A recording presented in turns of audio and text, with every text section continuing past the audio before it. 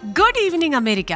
Immigration and customs enforcement കസ്റ്റഡിയിൽ കഴിഞ്ഞ ചിലർ അവരുടെ ദുരനുഭവങ്ങൾ പങ്കുവച്ചത് ലോകം ഞെട്ടലോടെയാണ് കേട്ടത്.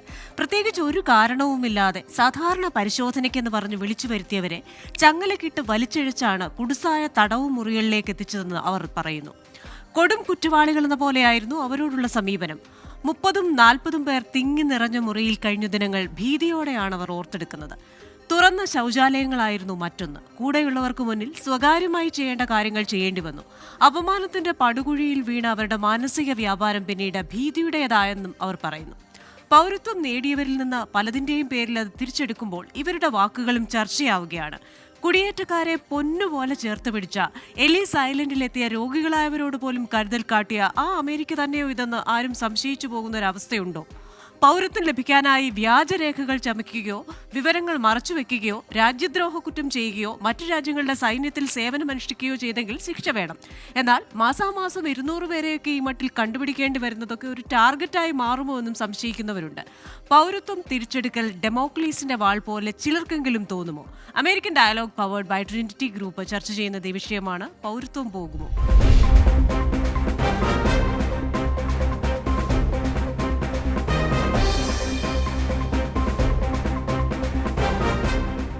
ഇന്നത്തെ എന്റെ അതിഥികൾ: മുതിർന്ന മാധ്യമപ്രവർത്തകനും ഈ മലയാളി ചീഫ് എഡിറ്ററുമായ ജോർജ് ജോസഫ്, കൺസർവേറ്റീവ് ആക്ടിവിസ്റ്റും Florida Lee County Republican party committee മെമ്പറുമായ Vincent Xavier Palathinkal, Houston chapter IPCNA മുൻ പ്രസിഡന്റും ഹാർവസ്റ്റ് TV ഡയറക്ടറുമായ ജോയ് തുമ്പമൺ എന്നിവരാണ്. എല്ലാ പ്രേക്ഷകർക്കും എല്ലാ അതിഥികൾക്കും American dialogue powered by Trinity ഗ്രൂപ്പിലേക്ക് ഒരിക്കൽ കൂടി സ്വാഗതം. അതിഥികളിലേക്കാണ് ആദ്യം ശ്രീ ജോർജ് ജോസഫിലേക്കാണ്. ശ്രീ ജോർജ് ജോസഫ്, ഈ പറയുന്ന പൗരത്വം പോകുമോ എന്ന് പറയുന്ന ചോദ്യത്തോട് അങ്ങ് എങ്ങനെ പ്രതികരിക്കും? അത് വളരെ ഖേദകരമായ ഒരു കാര്യമാണ്. നമ്മള് പൗരത്വം എന്ന് പറയുന്നത് വളരെ പാവനമായ ഒരു കാര്യമാണ്. ഇപ്പൊ ഇന്ത്യയിൽ തന്നെ ഈ പൗരത്വം ചോദിച്ച വോട്ടർ ലിസ്റ്റില് പേര് ചേർക്കാൻ വേണ്ടി പൗരത്വം ചോദിക്കുന്നു എന്ന് പറഞ്ഞ് അതിന് രേഖ കാണിക്കണമെന്ന് പറയുമ്പോ അത് നമുക്ക് ഇവിടെ ഇരിക്കുന്ന ആളുകൾക്ക് പോലും അത് അസ്വസ്ഥത ഉണ്ടാക്കി. ഇപ്പൊ ഇവിടെ ഇത് അമേരിക്കയില് പൗരത്വം നേടിയവര് അവര് എങ്ങനെ പൗരത്വം നേടി എന്ന് അന്വേഷിക്കുന്നത് നമുക്ക് മനസ്സിലാക്കാൻ പറ്റും. കള്ളത്തരം കാണിച്ചാണോ, വഞ്ചന കാണിച്ചാണോ, തട്ടിപ്പ് കാണിച്ചാണോ എന്നുള്ളത്. എന്നല്ലാതെ മറ്റു കാര്യങ്ങളുടെ പേരിൽ അവരുടെ പൗരത്വം പുനഃപരിശോധിക്കണം എന്നുള്ള രീതിയിലേക്ക് വരുന്നത് ഖേദകരമാണ്. അത് ആളുകളിൽ ഭീതി ഉണർത്തുന്ന ഒരു കാര്യമാണ്. പ്രത്യേകിച്ച് ഇപ്പോഴത്തെ ഈ അവസ്ഥയിൽ ആളുകളെ ഉപദ്രവിക്കുന്ന ഒരു രീതി നമ്മളിപ്പോ കാണുന്നുണ്ട്. ആളുകളെ ചങ്ങലക്കിട്ട് കൊണ്ടുപോകുന്നു, അല്ലെങ്കിൽ സ്നോയിലിട്ട് പിടിച്ചു വലിക്കുന്നു, ഗർഭിണികളെ പിന്നെ കമിഴ്ത്തിക്കിടത്തി അവരുടെ മുകളിൽ കയറിയിരുന്ന് അറസ്റ്റ് ചെയ്യുന്നു, അല്ലെങ്കിൽ ആളുകളെ റൂഫിന്റെ മുകളിൽ കയറി ചെന്ന് ആളുകളെ അറസ്റ്റ് ചെയ്യുന്നു. ഇങ്ങനെയൊക്കെയുള്ള ഒരു അവസ്ഥ കാണുന്നത് അഖേദകരമാണ്. അതൊരു അമേരിക്കനാണ്. അപ്പം ഈ പൗരത്വം കള്ളത്തരം പറഞ്ഞ് നേടിയിട്ടുണ്ടെങ്കിൽ അത് റദ്ദാക്കുന്നതിന് ഒരു തെറ്റുമില്ല. ഇപ്പൊ അതിന് നല്ലൊരു ഉദാഹരണം നമ്മൾ കണ്ടതാണ്. ന്യൂജേഴ്സിയിൽ നിന്ന് ബൽജീന്ദർ സിംഗ് എന്ന ഒരാള് അയാൾ പൗരത്വം നേടി. അതിനുശേഷമാണ് മനസ്സിലാകുന്നത് ഇയാള് 1990 വേറൊരു പേരിൽ ഇവിടെ അമേരിക്കയിൽ വന്നിരുന്നു. പിന്നീട് പേര് മാറ്റി ഇയാള് ഗ്രീൻ കാർഡും പൗരത്വം ഒക്കെ നേടി. അപ്പൊ അയാളുടെ പൗരത്വം റദ്ദാക്കി അയാൾ പറഞ്ഞു വിട്ടു. അങ്ങനെയുള്ള കാര്യങ്ങൾ നമുക്ക് മനസ്സിലാക്കാൻ പറ്റും. എന്നല്ലാതെ ഈ പൗരത്വം മാസം തോറും ഒരു 100-200 പേരുടെ പേര് കൊടുക്കണം,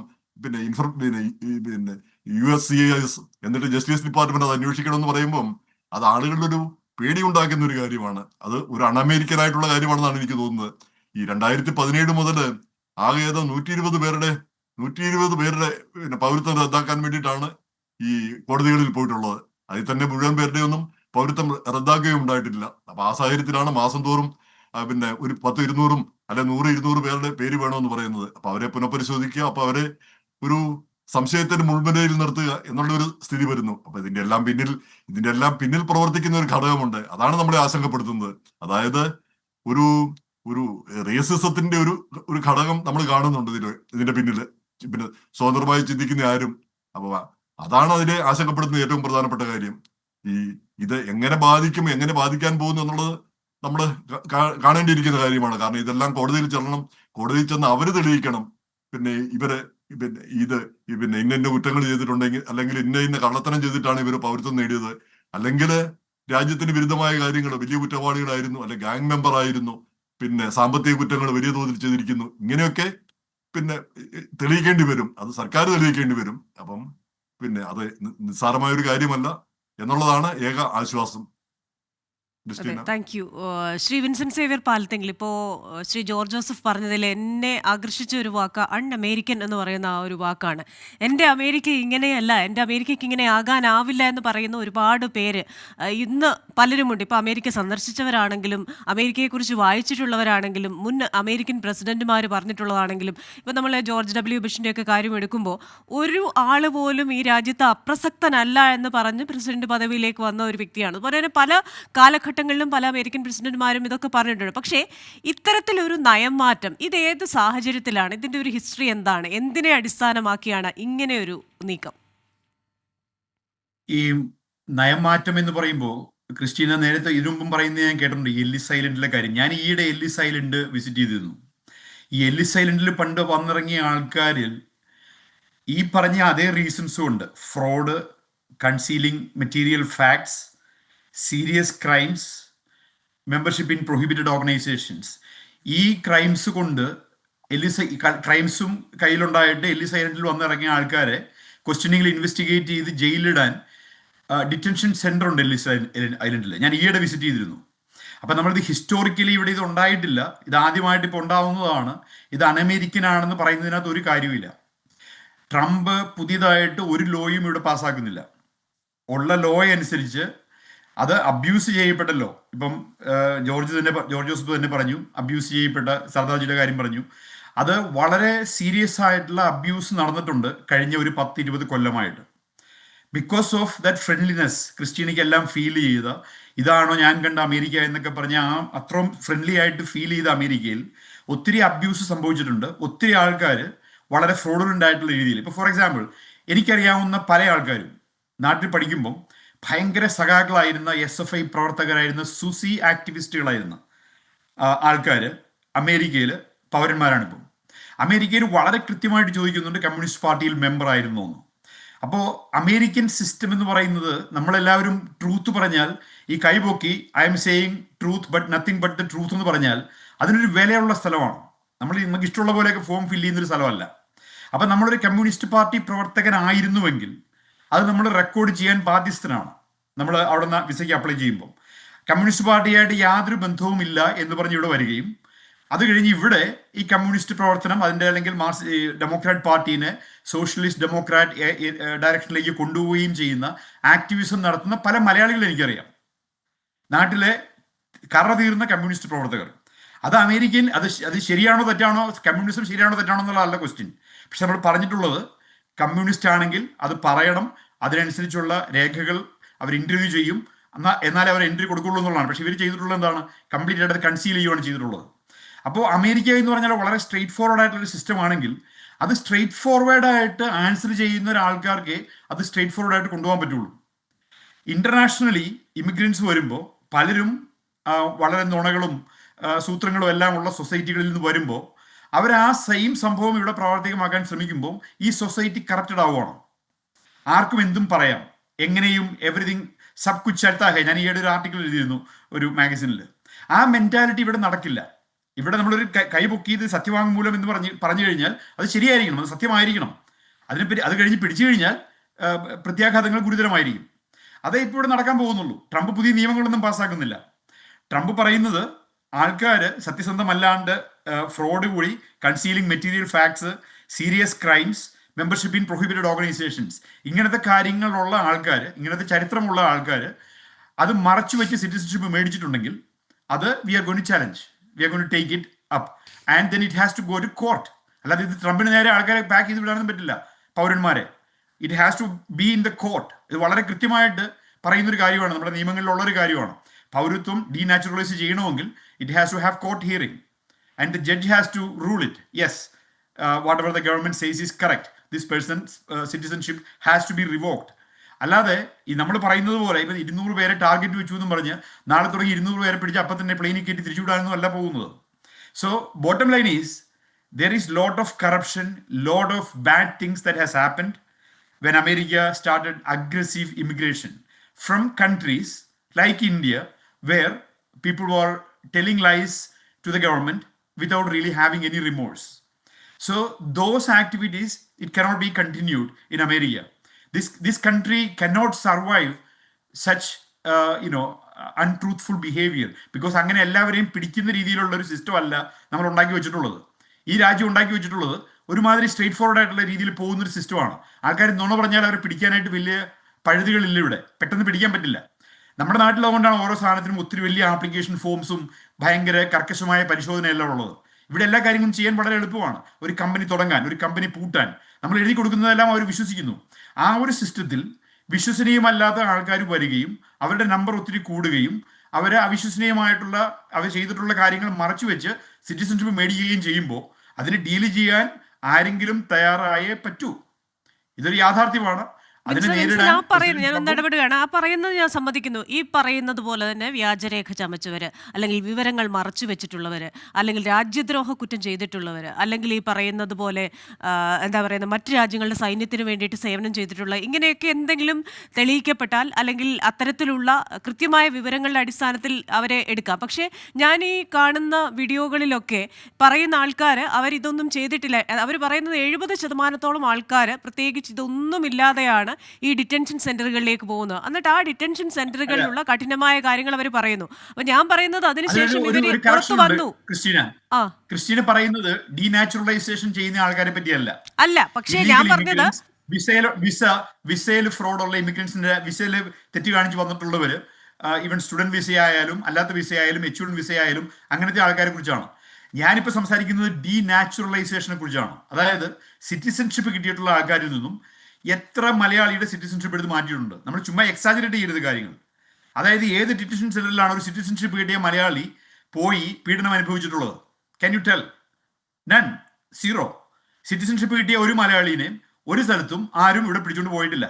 അപ്പൊ നമ്മൾ ഈ പറയുന്നത് എല്ലാം കൂടി കൂട്ടിക്കുഴച്ച് ഒരു വൈകാരികമായ രണ്ടും രണ്ട് കാര്യങ്ങളാണ്. ഞാൻ പറഞ്ഞത് കാര്യങ്ങൾ കൈകാര്യം ചെയ്യുന്നതിന്റെ ഒരു രീതിയാണ്. അല്ല, സിറ്റിസനെ ഡീനാച്ചുറലൈസ് ചെയ്യണമെങ്കിൽ there has to be a court involvement. ട്രംപിന്റെ ഭരണകൂടത്തിന് ചെയ്യാൻ പറ്റുന്ന ഒരു കാര്യമല്ല അത്. അവർക്ക് അറസ്റ്റ് ചെയ്യാം, ഡീനാച്ചുറലൈസ് ചെയ്യാൻ വേണ്ടി അറസ്റ്റ് ചെയ്യാം. But then it goes to the court. There is a serious process. ഈ പ്രോസസ്സ് സീരിയസ് ആയതുകൊണ്ട് തന്നെയാണ് ആൾക്കാർ അതിന് ഒത്തിരി പേര് അതിന്റെ പുറകെ പോവാത്തത്. മെറ്റീരിയൽ ഫാക്ട്സ് അറിയാമെങ്കിൽ പോലും, പ്രശ്നങ്ങൾ ഉണ്ടെങ്കിൽ പോലും അതൊരു വളരെ കോംപ്ലിക്കേറ്റഡ് പ്രോസസ്സാണ് ഒരാളെ ഡീനാച്ചുറലൈസ് ചെയ്യുക എന്ന് പറഞ്ഞാൽ. ക്രിസ്റ്റീന ഒരു മലയാളിനെ ഡീനാച്ചുറലൈസ് ചെയ്ത് തിരിച്ച് കേരളത്തിലേക്ക് തിരിച്ച് വിട്ടു എന്ന് ക്രിസ്റ്റീന കേൾക്കുന്നത്, I can guarantee you that it's going to be very very very rare. ഈ പത്രത്തിലും മീഡിയയിലൊന്നും കാണാത്തൊരു നമ്പർ ഒന്നും കാണാൻ പോകുന്നില്ല. അതായത് സിറ്റിസൺഷിപ്പ് ഉള്ള ഒരു മലയാളിന്. ഇത് രണ്ടും രണ്ട് കാര്യങ്ങളാണ്. വിസ ഫ്രോഡ് കാണിച്ച് ഇവിടെ ഓവർ സ്റ്റേ ചെയ്യുന്ന, ഇല്ലീഗലായിട്ട് സ്റ്റേ ചെയ്യുന്ന, ഇല്ലീഗലായിട്ട് വന്ന ആൾക്കാരെ ഡീൽ ചെയ്യുന്നതും ഒരു അമേരിക്കൻ സിറ്റിസൺഷിപ്പ് ഉള്ള ഒരു വ്യക്തിയെ ഡീൽ ചെയ്യുന്നതും രണ്ടും രണ്ട് കാര്യമാണ്. നമ്മളിപ്പോൾ പറയുന്നത് പൗരത്വത്തിനെ കുറിച്ചാണ്, അമേരിക്കൻ പൗരനെ കുറിച്ചാണ്. അമേരിക്കൻ പൗരന്റെ പൗരത്വം എടുത്ത് മാറ്റുക എന്ന് പറഞ്ഞാൽ അതൊരു സിമ്പിൾ ആയിട്ടുള്ള കാര്യമല്ല. എത്ര പേരെ വേണമെങ്കിലും പിടിക്കാം, but then it has to go to court. So definitely it's not going to be an easy process. You are not going to see many Indians who are going to lose their citizenship because of Trump winding up the screw. It has to be done. ഇന്ത്യക്കാരൊന്നും അങ്ങനെ വലിയ കുറ്റവാളികൾ ഇപ്പൊ മലയാളികള് അത്ര വലിയ കുറ്റങ്ങളൊന്നും ഇവിടെ വന്നിട്ടില്ല എന്ന് നമുക്കറിയാം. കുറ്റം ചെയ്യാത്തവർ എന്തിനു പേടിക്കണം? ആര് പേടിക്കുന്നു? പക്ഷെ അതിന്റെ അല്ല ഇത് ഈ എന്താ പിന്നെ വാഴ നനയ്ക്കുമ്പോൾ ചീരയ്ക്കും വെള്ളം വീഴും എന്ന് പറഞ്ഞ പോലെ ലീഗൽസിനെ ഉപദ്രവിക്കുമ്പോൾ ലീഗൽസിനും അത് ഉപദ്രവമാകുന്നു എന്ന് മാത്രമല്ല. That is going to be the better benefit of the country in the future. ഈ ക്ലീനപ്പ് ഈസ് നെസസറി. അമേരിക്കയിലെ ഈ ചങ്ങലക്കിടുന്നതും ഒന്നും ശരിയായ ഒരു കാര്യമല്ല. ചങ്ങലക്കിടാൻ പോകുന്നില്ല. അറസ്റ്റ് ചെയ്യുന്നവരെ അപ്പൊ എങ്ങനെയായിരിക്കും, ഏത് രീതിയിലായിരിക്കും കൈകാര്യം ചെയ്യുന്നത്? എനിക്ക് അതിനെ കുറിച്ച് അറിയാം. അമേരിക്കയിൽ ഒരു സിറ്റിസൺ അറസ്റ്റ് ചെയ്യുമ്പോൾ ഉണ്ടാകുന്ന പോലത്തെ ഒരു അറസ്റ്റ് ഡീനാച്ചുറലൈസ് ചെയ്താൽ അറസ്റ്റ് ചെയ്യണമെന്ന് നിർബന്ധമൊന്നുമില്ല. അവരുടെ പൗരത്വം പോകുന്നേ ഉള്ളൂ. അവർക്ക് പിന്നെയും ഇവിടെ ഗ്രീൻ കാർഡുകാരായിട്ടൊക്കെ തുടരാൻ പറ്റും. എല്ലാവർക്കും പറ്റും. അവരുടെ അതിനു മുമ്പത്തെ ക്രിസ്റ്റ്യനെ മനസ്സിലാക്കേണ്ട വേറൊരു ഡിസ്റ്റിങ്ഷൻ അതാണ്. അതിനു മുമ്പത്തെ ലീഗൽ അതിനു മുമ്പത്തെ സ്റ്റാറ്റസിലേക്ക് പോവുകയാണ് അവർ ചെയ്യുന്നത്. ഇപ്പൊ ഞാനിപ്പോ എന്റെ സിറ്റിസൺഷിപ്പ് ഡീനാച്ചുറലൈസ് ചെയ്താൽ എന്നെ നേരെ ഇന്ത്യയിലേക്ക് കയറ്റിവിടുകയല്ല ചെയ്യുന്നത്. ഞാനൊരു ഗ്രീൻ കാർഡ് ഹോൾഡർ ആവുകയാണ് ചെയ്യുന്നത്. Just step before and then they will see if you have done anything in that capacity. There is a process involved. ഇപ്പൊ നമ്മളിപ്പോ ഈ ട്രംപ് എന്ന് പറയുന്ന വ്യക്തിയെ കാണുമ്പോൾ ഉടനെ എല്ലാവരും പിടിച്ച് ജയിലിലിടാൻ പോകുന്നു, ഭയങ്കര ഭീകരമായ ഒരു ട്രീറ്റ്മെന്റ് വരാൻ പോകുന്നു, ഇതൊക്കെ പറയുന്നത് ചുമ്മാ വെറുതെ പറയുന്നതാണ്. തെറ്റ് ചെയ്യാത്തവൻ ധൈര്യമായിട്ട് ഇതിനെ രാജ്യത്തിന്റെ നന്മയ്ക്കാണെന്ന് വിചാരിച്ച് അതിനെ സപ്പോർട്ട് ചെയ്യുക. ഇതാണ് എനിക്ക് റിക്വസ്റ്റ് ചെയ്യാനുള്ള ആൾക്കാരോട്.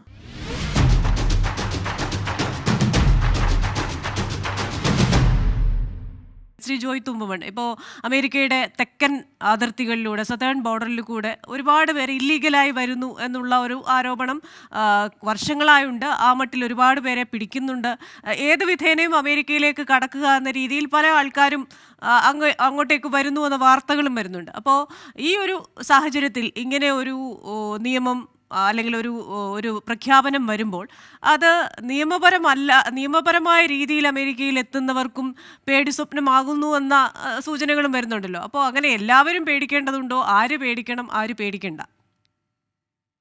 ക്രിസ്റ്റീന, വളരെ നല്ലൊരു ചോദ്യം തന്നെയാണ്. ഞാൻ താമസിക്കുന്നത് ടെക്സസിലാണ്. ടെക്സസിന്റെ സതേൺ ബോർഡറിൽ നിന്ന് ആയിരക്കണക്കിന് അല്ല ലക്ഷക്കണക്കിന് ആളുകളായിരുന്നു കഴിഞ്ഞ ഭരണകാലത്ത്, ബൈഡന്റെ ഒക്കെ ഭരണകാലത്ത് അമേരിക്കയിലേക്ക് കടന്നത്.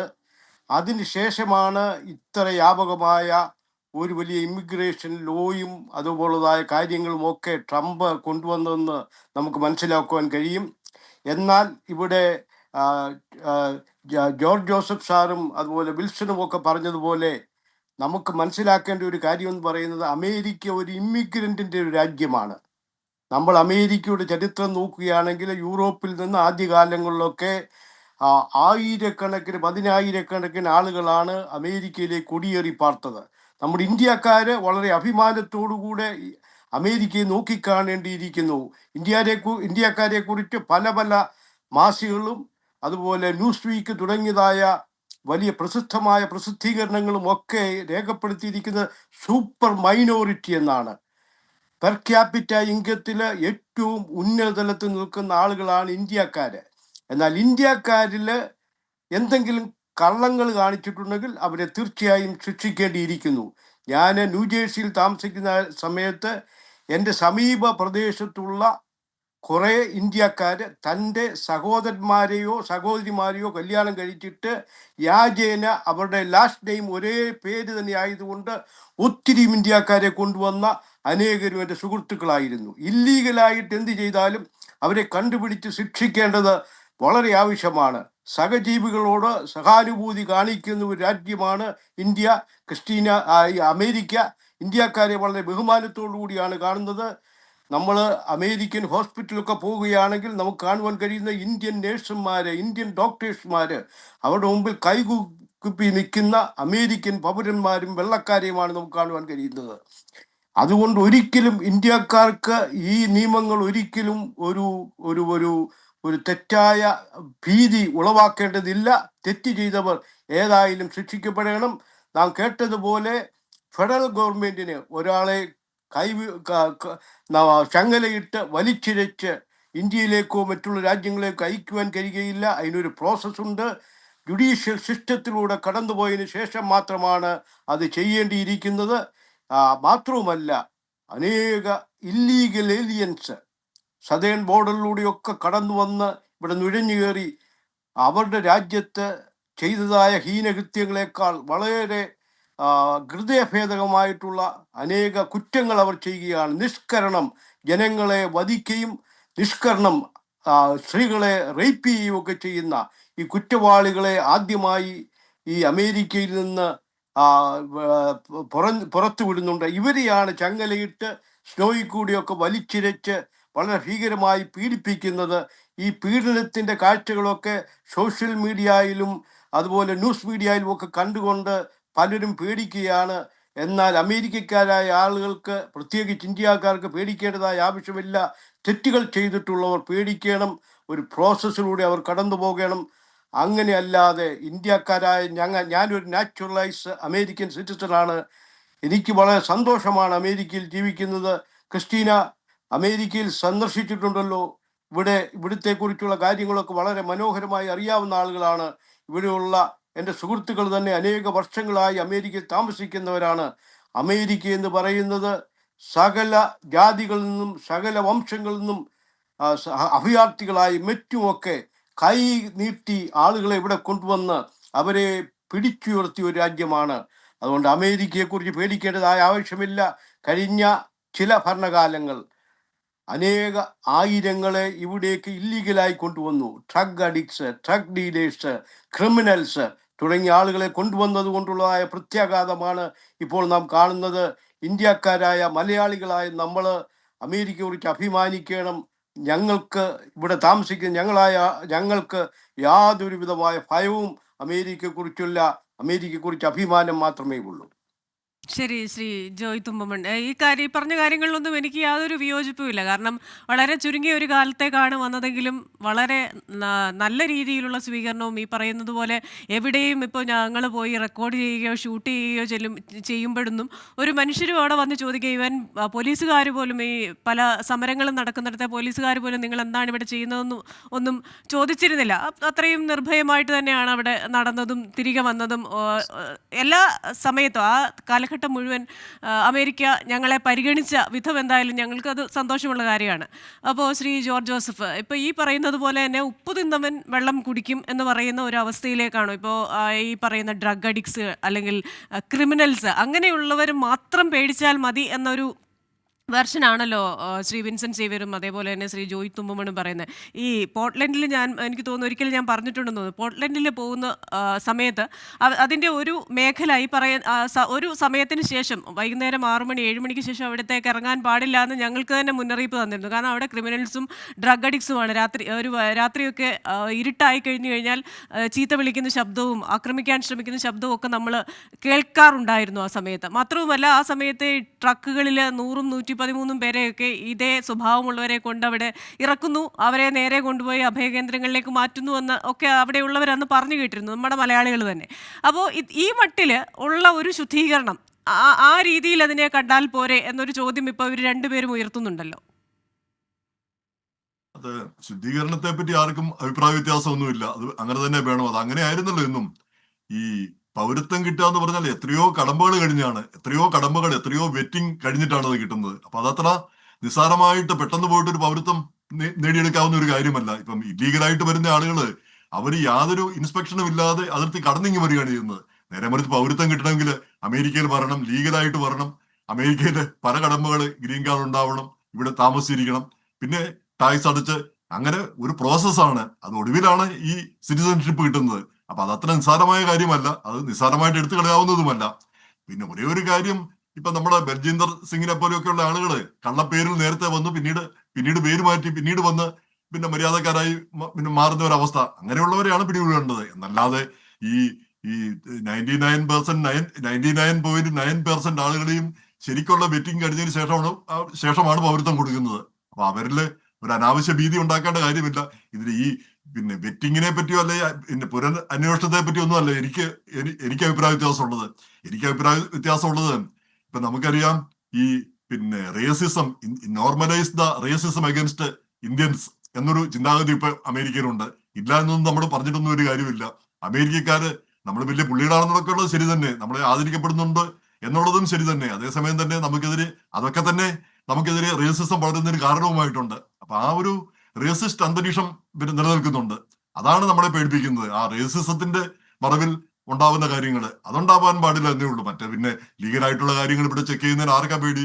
നമ്മളെല്ലാം ചെക്ക് ചെയ്തിട്ടല്ലേ, എത്ര ചെക്കിംഗ് ഒക്കെ കഴിഞ്ഞിട്ടാണ് നമ്മൾ വന്നതും ഇവിടെ ജീവിക്കുന്നതും കുറ്റകൃത്യങ്ങളിൽ ഉൾപ്പെടാതെയും ഒക്കെ നമ്മൾ കഴിഞ്ഞു പോകുന്നത്. അപ്പം അതല്ല പ്രശ്നം ഇരിക്കുന്നത്. അതിന്റെ പിന്നിലെ ഒരു റേസിസ്റ്റ് ആറ്റിറ്റ്യൂഡ്, പിന്നെ റേസിസ്റ്റ് നിലപാടുകൾ അതുള്ള ആളുകൾ ഇത് ഇങ്ങനെയുള്ള കാര്യങ്ങൾ ഡീൽ ചെയ്യുന്നു.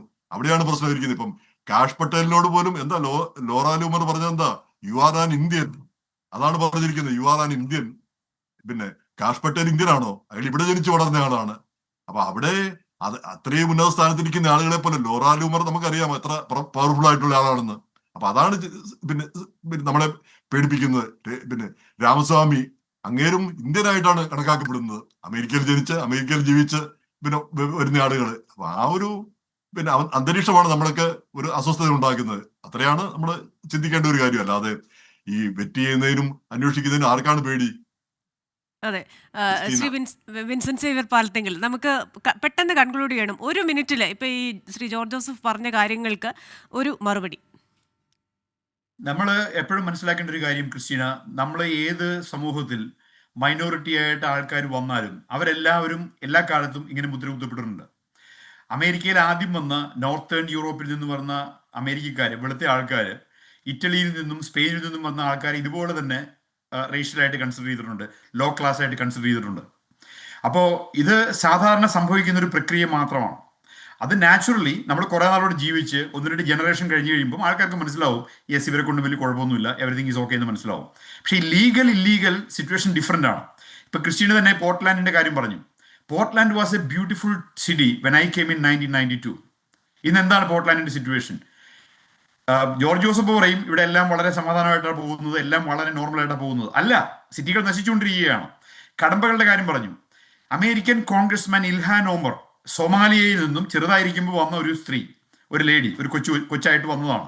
അവളുടെ ആംഗ്ലനെ കൊണ്ടുവന്നത് കല്യാണം കഴിച്ച് ഡോക്യുമെന്റ് ഉണ്ടാക്കിയാണ്. അവളുടെ ബ്രദറിനെ അമേരിക്കയിലോട്ട് ഇമ്പോർട്ട് ചെയ്തത്. ആ ആംഗ്ലനെ ബ്രദർ കല്യാണം കഴിച്ച് ഡോക്യുമെന്റ് ഉണ്ടാക്കിയാണ്. അപ്പം ഞാൻ നേരത്തെ പറഞ്ഞ പോലെ ഇവിടുത്തെ സിസ്റ്റങ്ങൾ വളരെ ചീറ്റ് ചെയ്യാൻ വളരെ എളുപ്പമുള്ള സിസ്റ്റങ്ങളാണ്. ബിക്കോസ് അവർ നമ്മൾ പറയുന്ന സത്യങ്ങൾ വിശ്വസിക്കുന്ന ഒരു രാജ്യമാണ്. അതുകൊണ്ട് തന്നെ എല്ലാത്തിനും ഇന്ത്യയിൽ അത്രയും സ്ക്രൂട്ടിനി ഒന്നും ഇവിടെ ഇല്ല. അപ്പൊ അതുകൊണ്ട് തന്നെ ആൾക്കാർ സത്യം പറയേണ്ടത് ഇമ്പോർട്ടന്റ് ആണ് ഈ സൊസൈറ്റിക്ക് മുമ്പോട്ട് പോകണമെങ്കിൽ. ഇപ്പൊ റേസിസത്തിന്റെ കാര്യം പറഞ്ഞു, ഞാൻ പറഞ്ഞില്ലേ, ഇപ്പൊ കാഷ് പട്ടേലാണ് ഭരണകർത്താവ്, ലോറ ലൂമർ അല്ല. കാഷ് പട്ടേലാണ് FBI ഡയറക്ടർ, ലോറ ലൂമർ അല്ല. വിവേക് രാമസ്വാമിയാണ് ഒഹായോയുടെ ഗവർണർ ആകാൻ പോകുന്നത്, ലോറ ലൂമർ അല്ല. We have to understand that. കുറെ നാൾ കഴിയുമ്പോഴത്തേക്ക് ഇവർക്ക് മനസ്സിലാവും, കാഷ് പട്ടേൽ നല്ലൊരു FBI ഡയറക്ടർ ആയിരുന്നു, വിവേക് രാമസ്വാമി നല്ലൊരു ഒഹായോ ഗവർണർ ആയിരുന്നു. നമ്മളവരെ പേടിക്കേണ്ട ആവശ്യമില്ല, അവർ നല്ല മനുഷ്യരാണ്. നാച്ചുറലി എല്ലാവർക്കും ഉണ്ട് ഫിയർ ഓഫ് ദി അൺനോൺ എന്ന് പറയുന്ന സാധനം. അതിനെല്ലാം നമ്മളിങ്ങനെ ആവശ്യമില്ലാതെ ഇപ്പം ട്രംപ് വന്നു മൊത്തം റേസിസം എന്ന് പറയുന്നു. ട്രംപിന്റെ ഭരണകൂടത്തിലുള്ളത്രയും ഇന്ത്യക്കാർ വേറെ ഏതെങ്കിലും ഭരണകൂടത്തിൽ ഉണ്ടായിട്ടുണ്ടോ? ചിന്തിച്ചു നോക്കുക. ട്രംപ് എൻകറേജ് ചെയ്യണത്രയും ഈ ടാലന്റ് ഉള്ള ആൾക്കാരെ ഏത് കളറാണെന്ന് നോക്കാതെ മുമ്പോട്ട് കൊണ്ടുവരാൻ ട്രംപിനെ പോലെ വേറെ ആരെങ്കിലും ചെയ്തിട്ടുണ്ടോ ഇതിനു മുമ്പ്? FBI ഡയറക്ടർ എന്ന് പറഞ്ഞാൽ ചെറിയൊരു സംഭവമല്ല, ഒരു സ്റ്റോക്ക് ആൻഡ് പൊസിഷൻ അല്ല FBI ഡയറക്ടർ. അപ്പോൾ നമ്മൾ മനസ്സിലാക്കേണ്ട കാര്യം, നമ്മളിതിന് ആവശ്യമില്ലാത്ത ട്രംപ് ഡിറേഞ്ച്മെന്റ് സിൻഡ്രോം, ട്രംപിനോടുള്ള ദേഷ്യം, റേസിസം എന്നുള്ള ഒരു പറച്ചിൽ, കുറച്ചും കൂടി റൂട്ട് കോസ് മനസ്സിലാക്കുക. ജോർജ് ജോസഫ് ഇത്രയും മലയാളികൾ, 1000-കണക്കിന് മലയാളികളുള്ള ന്യൂയോർക്കിൽ ഇരുന്നുകൊണ്ടാണ് റേസിസത്തിനെ പറ്റി കംപ്ലൈന്റ് ചെയ്യുന്നത്. ഞാൻ ഫ്ലോറിഡയിലെ റൂറൽ വൈറ്റ് പീപ്പിളിന്റെ കൂടെ മാത്രം ജീവിക്കുന്ന അവിടെ ഇന്ത്യക്കാരനെ കാണണമെങ്കിൽ നമ്മൾ വല്ല ഓണത്തിന് 10-40 പേരെ വിളിച്ചു കൂടുന്ന ആയിക്കൂടി 40 പേരുള്ള ഓണം ഫംഗ്ഷൻസ് നമുക്കുള്ളത് ഫ്ലോറിഡയിൽ. അവരുടെ കൂടെ ഞാൻ ജീവിക്കുന്നത്, ഞാൻ റേസിസം ഫേസ് ചെയ്യുന്നില്ലല്ലോ. അപ്പൊ ഇത് പറഞ്ഞുണ്ടാക്കുന്ന ഒരു അൺനെസസറി ഫിയർ ആണ്. തുമ്പമൺ ജീവിക്കുന്നത് ടെക്സസിലാണ്, again further a lot more white people ഉള്ള സ്ഥലം കമ്പയർഡ് ടു ന്യൂയോർക്ക്. ഇത് ന്യൂയോർക്കിൽ ജീവിച്ചിരിക്കുന്ന ജോർജ് ജോസഫ് ആണ് പറയുന്നത് ഇവിടെ ഭയങ്കര റേസിസമാണ്. അപ്പൊ നമ്മളിത് ഫിയർ ഓഫ് ദി അൺനോൺ ആണല്ല. എന്നോട് ചോദിച്ചിട്ടുണ്ട് ആൾക്കാർ, ഫ്ലോറിഡയിൽ അപ്പൊ വിൻസൻ ചേട്ടൻ തോക്കുമായിട്ടാണ് ഇപ്പോഴും നടക്കുന്നത് പേടിച്ചിട്ട്. So this is so stupid. Why the Malayalis who live in the north, New York, Philadelphia and Washington DC, think of all the white majority areas as racist? It is not. American people are the most generous, most giving, most accepting society anywhere in the world. I don't think I can have this level of freedom and easiness of doing things in northern parts of India like I have here. Anywhere I go, I look different. സമയക്കുറവ് കൊണ്ട് ഞാൻ ഇടപെടുകയാണ്. എന്തായാലും Vincent പറയുന്നത് പോലെ എല്ലാവരെയും സ്വാഗതം ചെയ്യുന്ന, സ്വാതന്ത്ര്യം കൊടുക്കുന്ന അമേരിക്കയായി തന്നെ തുടരട്ടെ. അതുപോലെ തന്നെ ഈ നിയമലംഘകരായിട്ടുള്ളവരെ കൃത്യമായി കൈകാര്യം ചെയ്യാനും, അത് രാജ്യത്തിൻ്റെ പരമാധികാരവും അവകാശത്തിലും പെടുന്ന കാര്യമാണ്. മറ്റൊരാൾക്ക് അതിൽ അഭിപ്രായം പറയേണ്ട കാര്യമില്ല. അത്തരത്തിലുള്ള നിയമലംഘകരെ ആ മട്ടിലും കൈകാര്യം ചെയ്യട്ടെ. നിയമം ലംഘിക്കാത്ത ഒരാൾ പോലും ഒരു ശിക്ഷയും ഒരു തടവ് ഉൾപ്പെടെ അപമാനം ഉൾപ്പെടെ ഒന്നും നേരിടാതിരിക്കട്ടെ എന്ന ഒരു പ്രത്യാശയോടെ American dialogue powered by Trinity group ഈ വാരം ഇവിടെ പൂർണ്ണമാവുകയാണ്. അടുത്ത ആഴ്ച മറ്റൊരു വിഷയവുമായി വീണ്ടും കാണാം. Till then stay safe.